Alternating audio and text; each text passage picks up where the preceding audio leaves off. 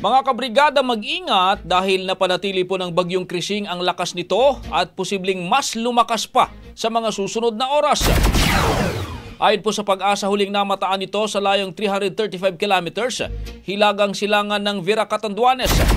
Taglay ng bagyo, ang lakas ng hangin na aabot sa 55 kilometers per hour at bugsong aabot naman sa 70 kilometers per hour. Kumikilos ito pa kanluran, hilagang kanluran sa bilis na 30 kilometers per hour.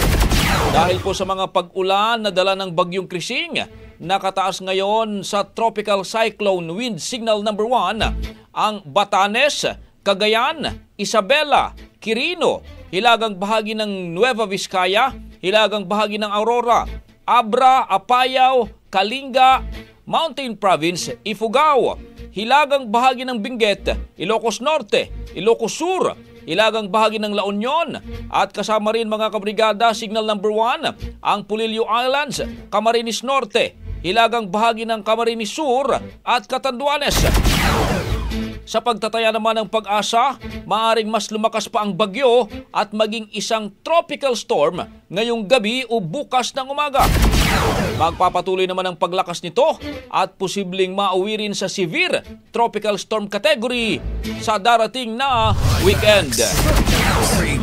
Ang bahaging ito ay hatid sa atin ng Yummyvit ES3 Syrup. Simulang tuparin ang pangarap ng iyong anak. And starting now,